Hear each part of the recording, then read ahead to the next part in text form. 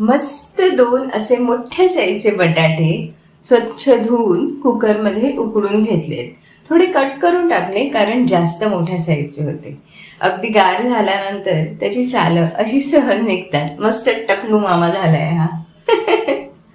कोणत्याही ट्रिकची आवश्यकता लागत नाही. थोडे गार झाल्यानंतर बटाटे गरम असताना केले ना तर साली बरोबर थोडा बटाट्याचा गरही बाहेर येतो. अशा प्रकारे सगळे बटाटे म्हणजे सोलून झाले.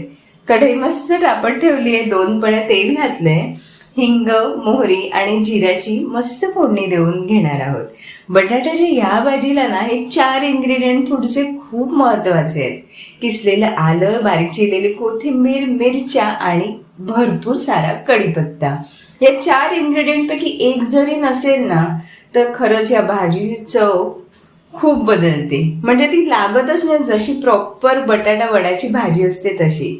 नक्की ट्राय करून बघा आणि मलाही कमेंट करून सांगा. ही फोडणी बिलकुल जळू द्यायची नाहीये, नाही गॅस मोठा करायचा आहे. अगदी मंद आचेवर परतून घेतली आहे. त्यामध्ये आता हळद आणि मीठही घातले.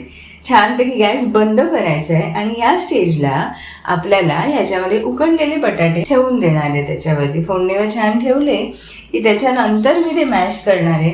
अगदी कढई सहज मावत होते ते, त्याच्यामुळे बाहेर मॅश करायची आवश्यकता नाही. नाही मॅशर घेतलाय. इकडे मी चमच्याच्या साह्याने ते कट केले आणि थोडेसे हलका प्रेस करून घेते. अगदी पिठुळी नाही करायचे भरपूर मॅश करून, नाहीतर ते छान नाही लागत. अशा प्रकारे सगळे बटाटे मॅश करून झालेत आणि तुम्ही बघू शकता जिथे बेस होता ना तिकडे तेल आणि फोडणी किती छान लागली आहे त्याला आणि इतका मस्त वास येतोय या भाजीचा की विचारू नका. आता हळूहळू करून आपल्याला हे परतून घ्यायचंय. जर तुम्ही समजा गॅस चालू ठेवला तर ह्या भाजीतलं मॉइश्चर आहे ते कमी होतं. मग तुम्हाला पाण्याचे हपके मारायला लागणार आणि त्याची टेस्ट थोडीशी बदलते. त्याच्यामुळे मी प्रिफर करते की गॅस बंद करायचा बटाटे टाकल्यानंतर आणि व्यवस्थित भाजी परतून घ्यायची.